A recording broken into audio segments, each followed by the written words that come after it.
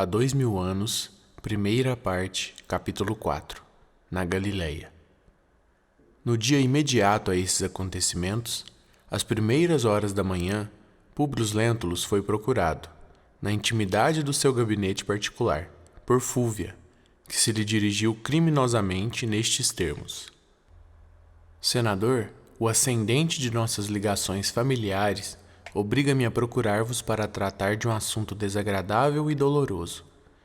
Mas nas minhas experiências de mulher, cumpre-me aconselhá-lo a resguardar sua esposa da insídia dos próprios amigos, pois que ainda ontem tive a oportunidade de surpreendê-la em íntimo colóquio com o governador. O interpelado estranhou aquela atitude insólita, grosseira, contrária a todos os seus métodos de homem de bem.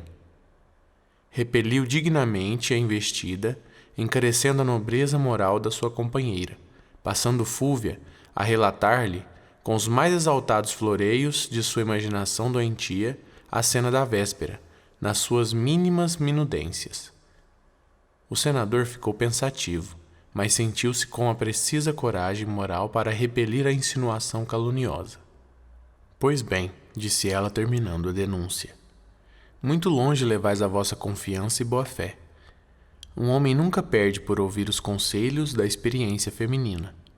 A prova de que Lívia caminha na estrada larga da prevaricação, tê-la-eis muito breve, porquanto ela há de preferir a partida imediata para Nazaré, onde o governador buscará encontrá-la. E, dizendo-o, retirou-se apressadamente, deixando o senador algo desalentado e compungido, pensando nos corações mesquinhos que o rodeavam, porque no tribunal da consciência não se sentia disposto a aceitar a ideia que viesse conspurcar a valorosa nobreza de sua mulher. Imenso véu de sombras cobriu-lhe o espírito sensível e afetuoso. Sentiu que em Jerusalém conspiravam contra ele todas as forças tenebrosas do seu destino, experimentando vasto deserto no coração. Ali não encontraria a palavra prudente e generosa de um amigo como Flamínio, com quem pudesse desabafar as suas profundas mágoas.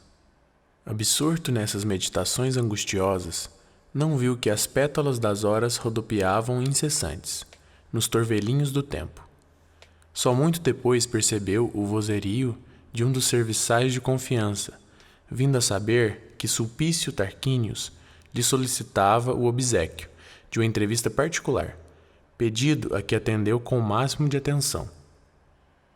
Admitido ao interior do gabinete, o lictor referiu-se sem preâmbulos aos fins da visita, explicando com desembaraço: Senador, honrado com a vossa confiança no caso de vossa transferência para uma estação de repouso, venho sugerir-vos o arrendamento de rica propriedade pertencente a um nosso compatrício, nos arredores de Cafarnaum, encantadora cidade da Galileia, situada no caminho de Damasco. É verdade que já escolhestes Nazaré, mas, ao longo da planície de Esdrelon, as casas confortáveis são muito raras, acrescendo que seríeis obrigado a enormes dispêndios em serviços de remodelação e benfeitorias. Em Cafarnaum, porém, o caso é diferente. Tenho ali um amigo, Caio Gratus, decidido a arrendar por tempo indeterminado a sua esplêndida vila, que é uma herdade provida de todo o conforto, com pomares preciosos, num ambiente de absoluto sossego.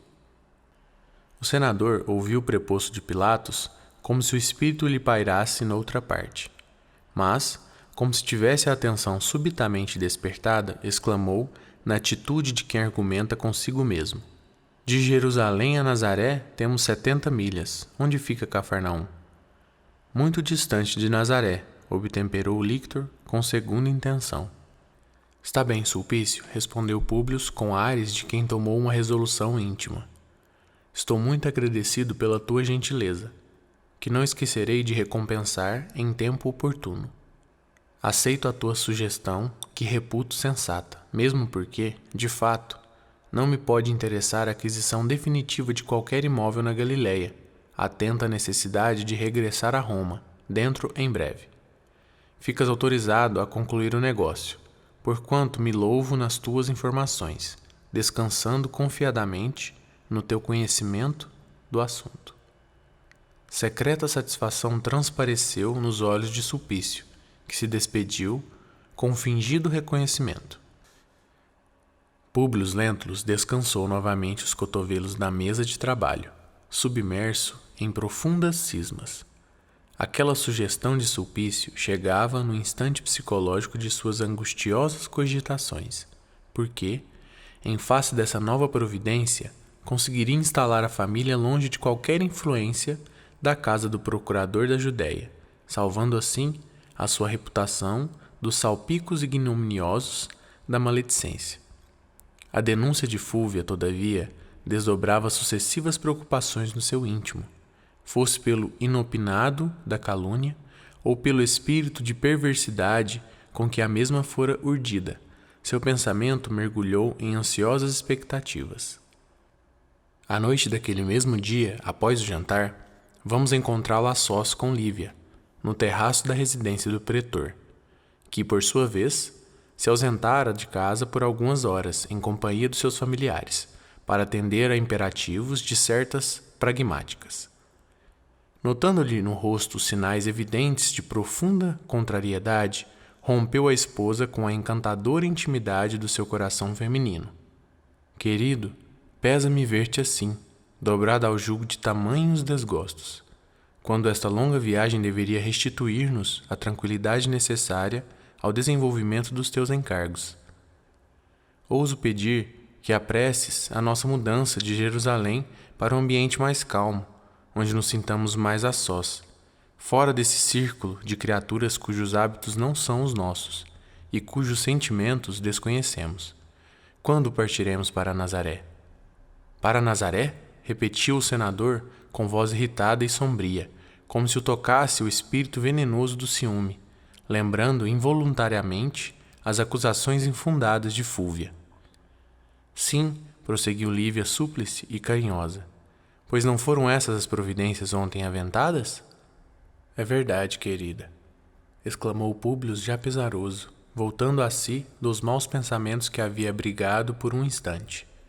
Mas resolvi depois instalarmos-nos em Cafarnaum, contrariando as últimas decisões.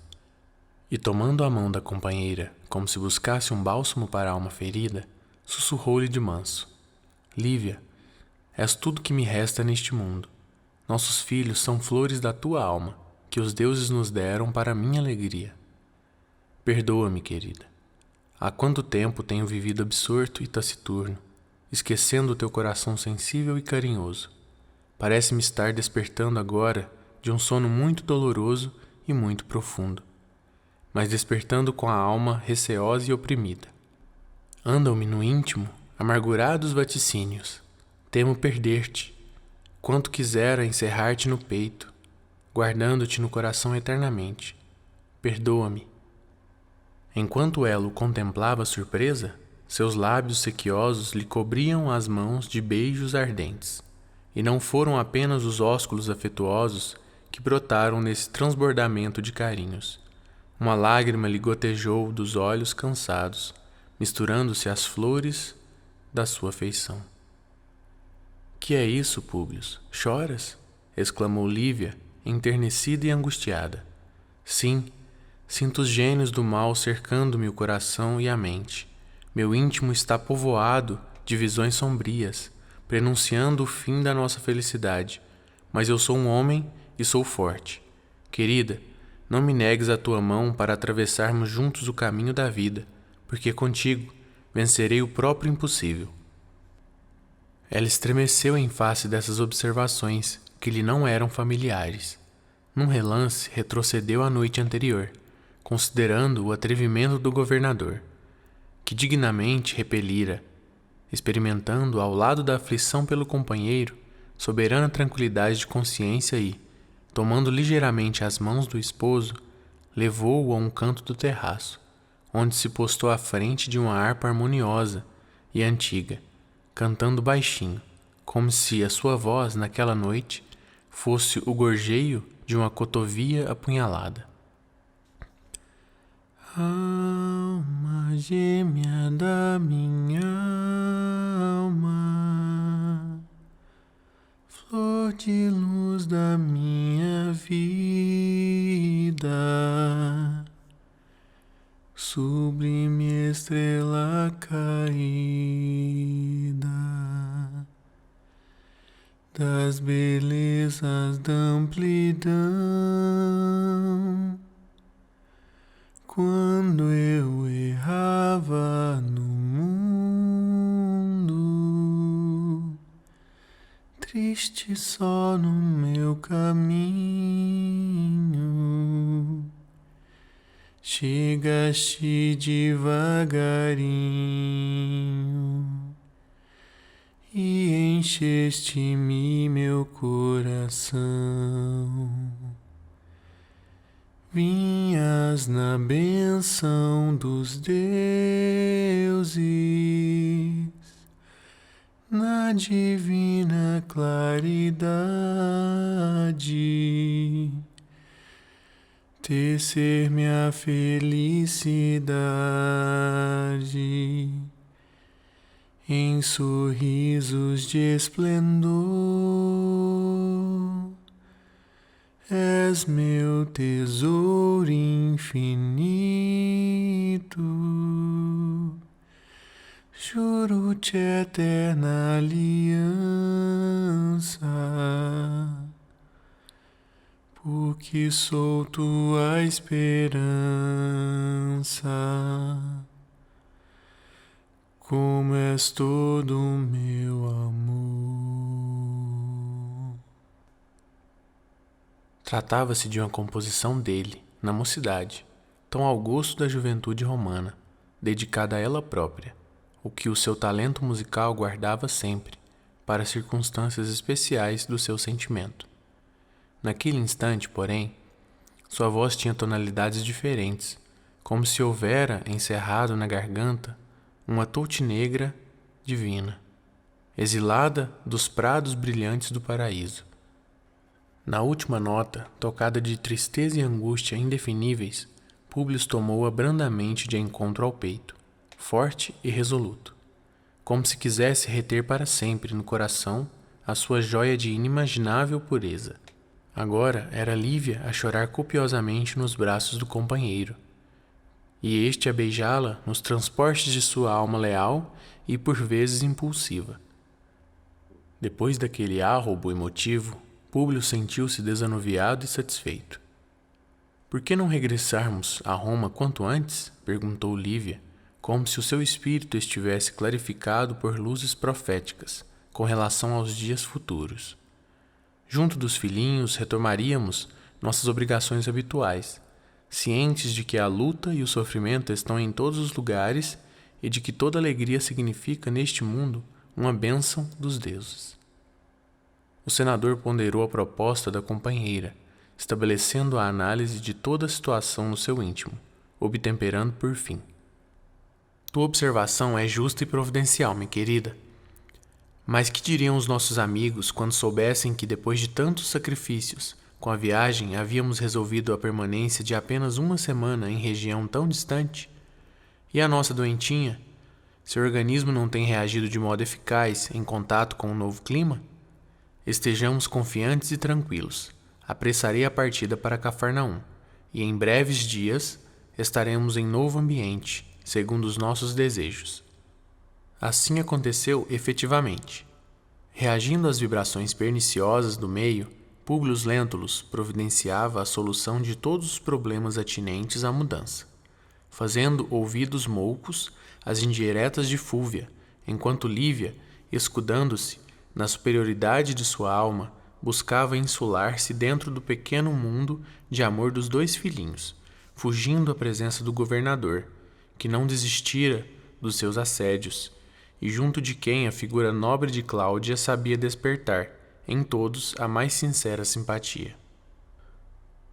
2 servas foram admitidas ao serviço do casal, na perspectiva de sua transferência para Cafarnaum, não que fossem indispensáveis ao desdobramento das atividades domésticas, em face dos servos numerosos trazidos de Roma.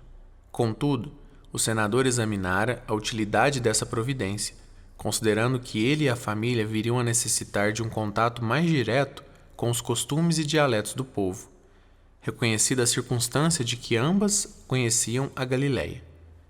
Ana e Semele, recomendadas por amigos do pretor, foram recebidas ao serviço de Lívia, que as acolheu com bondade e simpatia.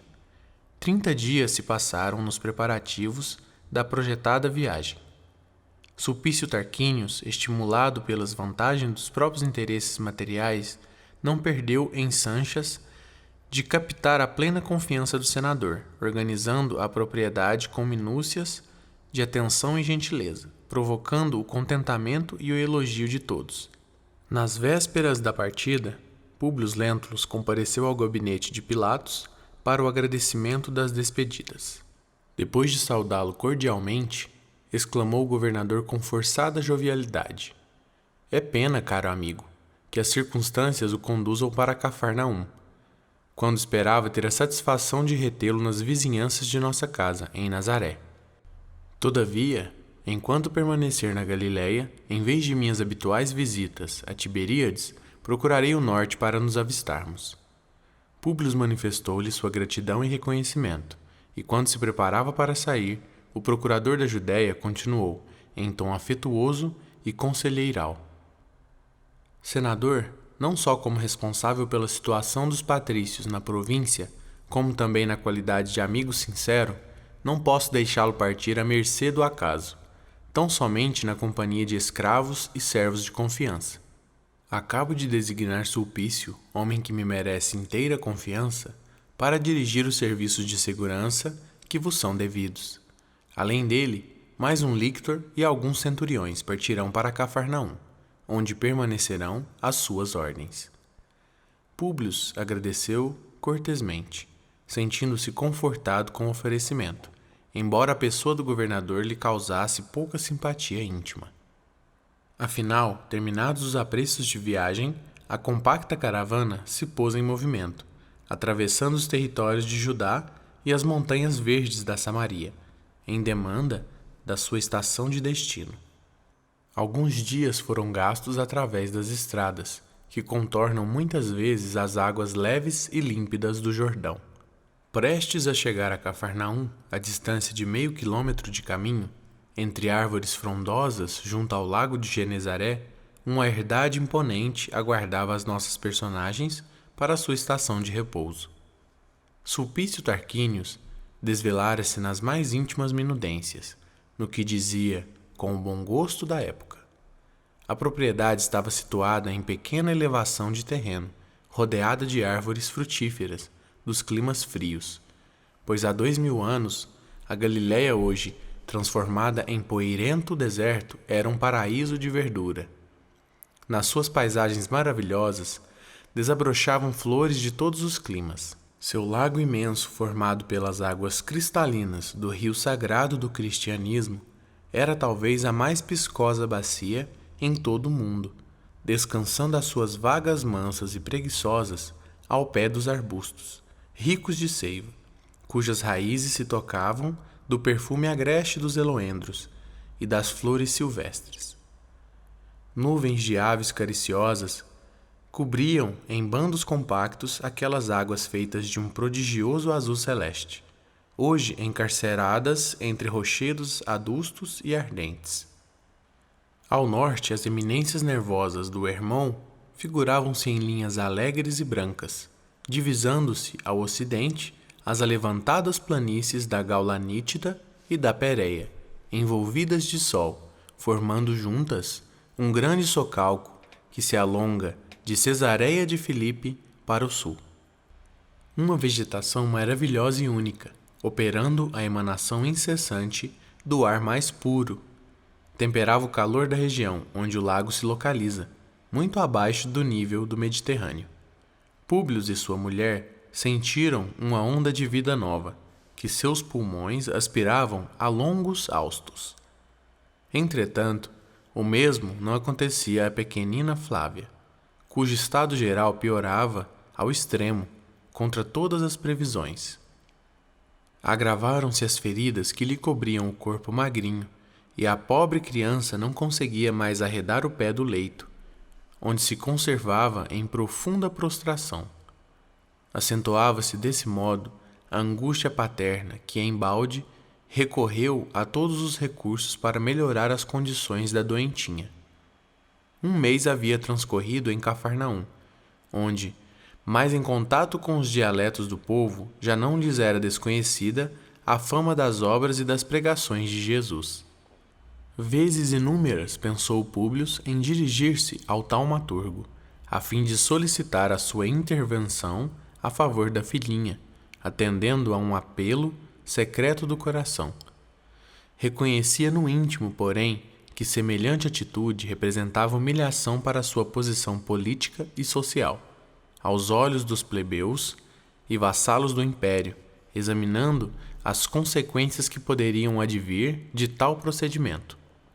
Não obstante essas ponderações, permitia que numerosos servos de sua casa assistissem aos sábados às pregações do profeta de Nazaré, inclusive Ana, que se tomara de respeitosa veneração por aquele a quem os humildes chamavam de mestre. Dele teciam os escravos as mais encantadoras histórias, nas quais o senador nada via, além dos arrebatamentos instintivos da alma popular, se bem não deixassem de o surpreender a opinião lisonjeira de um homem como Sulpício. Uma tarde, porém, os padecimentos da pequenina haviam atingido o auge. Além das feridas que de muitos anos se haviam multiplicado no corpinho gracioso, outras úlceras surgiram nas regiões da epiderme, antes violáceas, transformando-lhe os órgãos delicados numa pústula viva. Públio e Lívia, intimamente consternados, aguardavam um fim próximo. Nesse dia, após o jantar muito simples, Sulpício demorou-se até mais tarde, a pretexto de confortar o senador com a sua presença. É assim que vamos encontrá-los ambos no terraço espaçoso, onde Públio lhe fala nestes termos: Meu amigo, que me diz desses rumores aqui propalados acerca do profeta de Nazaré? Habituado a não dar ouvidos à palavra ignorante do povo, gostaria de ouvir novamente as suas impressões sobre esse homem extraordinário. Ah, sim, disse Sulpício, como quem se esforça por se lembrar de alguma coisa. Intrigado com aquela cena que há tempos presenciei e que tive ocasião de relatar na residência do governador, tenho procurado seguir as atividades desse homem, na medida das minhas possibilidades de tempo.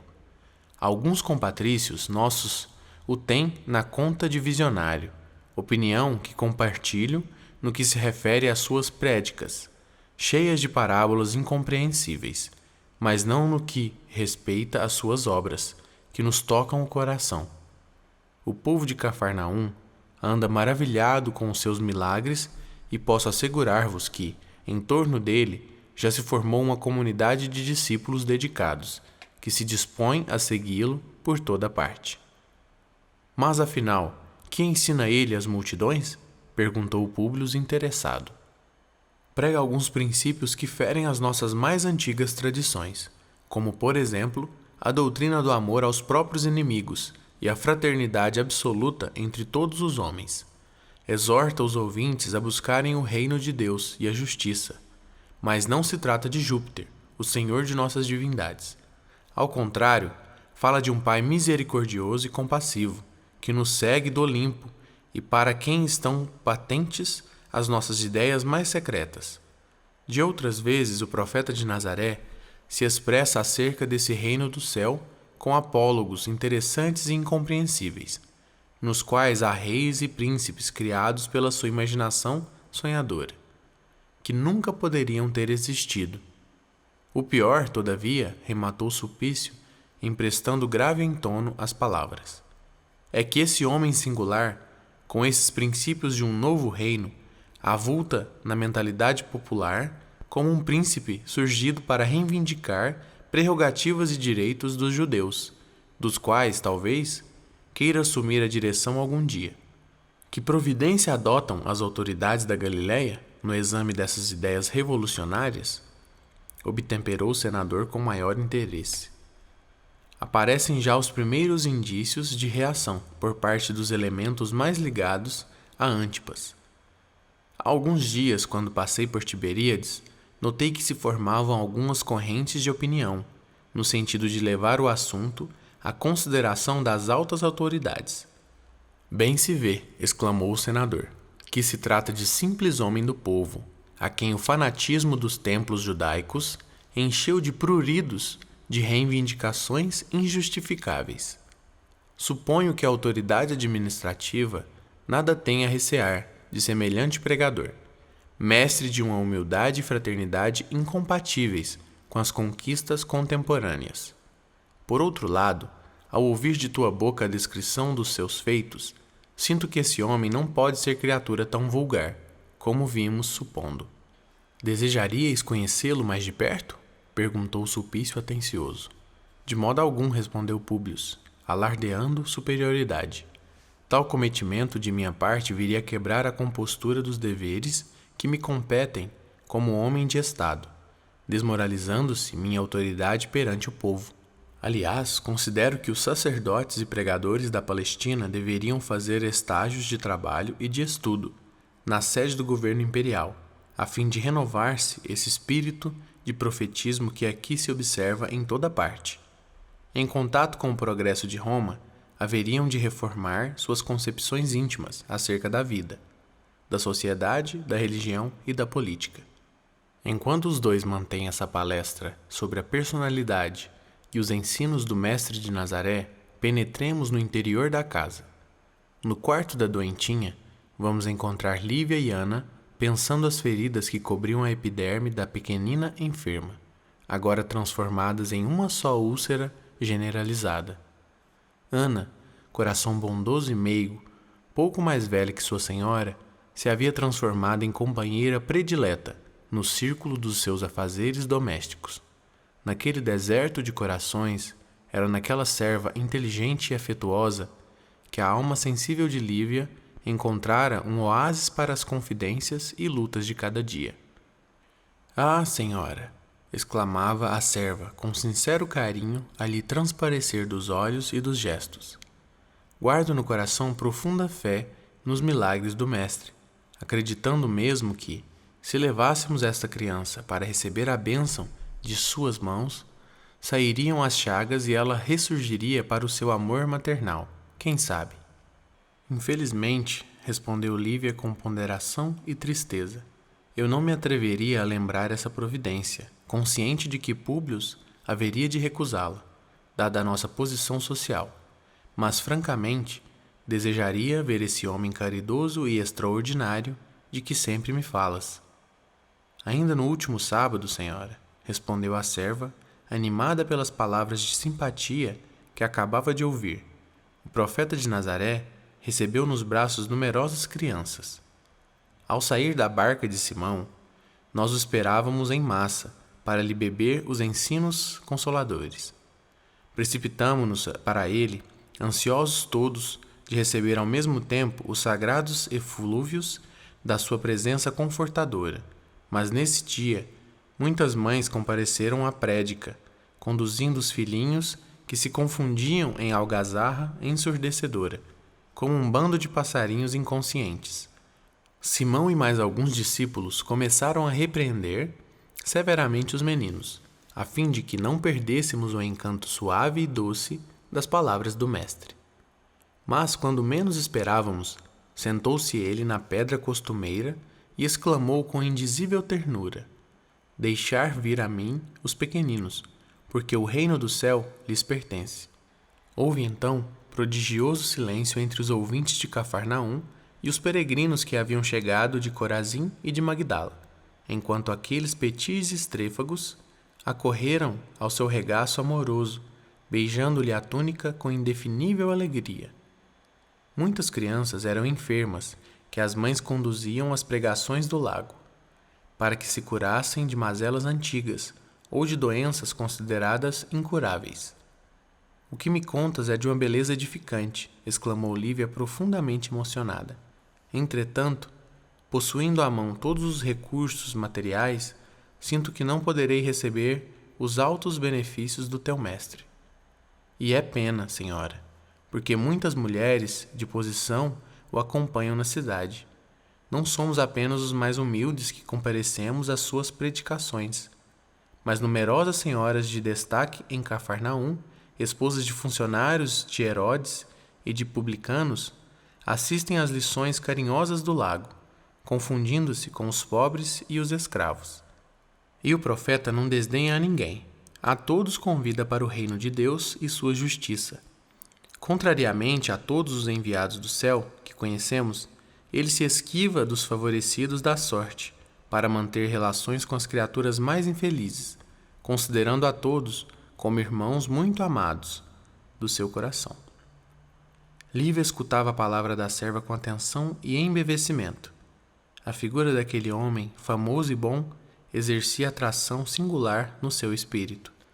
E, enquanto seus grandes olhos expressavam o maior interesse pelas narrações encantadoras e simples da serva leal, não reparavam ambas que a doentinha as acompanhava com aguçada curiosidade, característica das almas infantis, não obstante a febre alta que lhe devorava o organismo. Neste comenos, o senador, após as despedidas de Sulpício, busca o apartamento da pequena enferma, satisfazendo a sua ansiedade paternal. Diante dele calam-se as duas mulheres, entregando-se tão somente aos afazeres que as retinham junto ao leito da pequenina, agora gemendo dolorosamente. Públio Lentulus debruçou-se sobre o leito da filha, com os olhos rasos de pranto. Brincou com as suas mãozinhas mirradas e feridas, fazendo-lhe festas, com o coração tocado de infinita amargura. Filhinha, que queres hoje para dormir melhor? Perguntou com a voz estrangulada, arrancando lágrimas dos olhos de Lívia. Comprar-te-ei muitos brinquedos e muitas novidades. Dize ao papai o que desejas. Copioso suor empastava as excrescências ulcerosas da doentinha, que deixava transparecer angustiosa ansiedade. Notava-se-lhe grande esforço, como se estivesse realizando o impossível para responder à pergunta paterna. Fala, filhinha, murmurava Públio sufocado, observando-lhe o desejo de expressar qualquer resposta. Buscarei tudo o que quiseres. Mandarei a Roma um portador especialmente para trazer todos os teus brinquedos. Ao cabo de visível esforço, pôde a pequenina murmurar com voz cansada e quase imperceptível: Papai, eu quero o profeta de Nazaré. O senador baixou os olhos, humilhado e confundido em face do imprevisto daquela resposta, enquanto Lívia e Ana, como se fossem tocadas por uma força invisível e misteriosa, pelo inopinado da cena, esconderam o rosto inundado de pranto.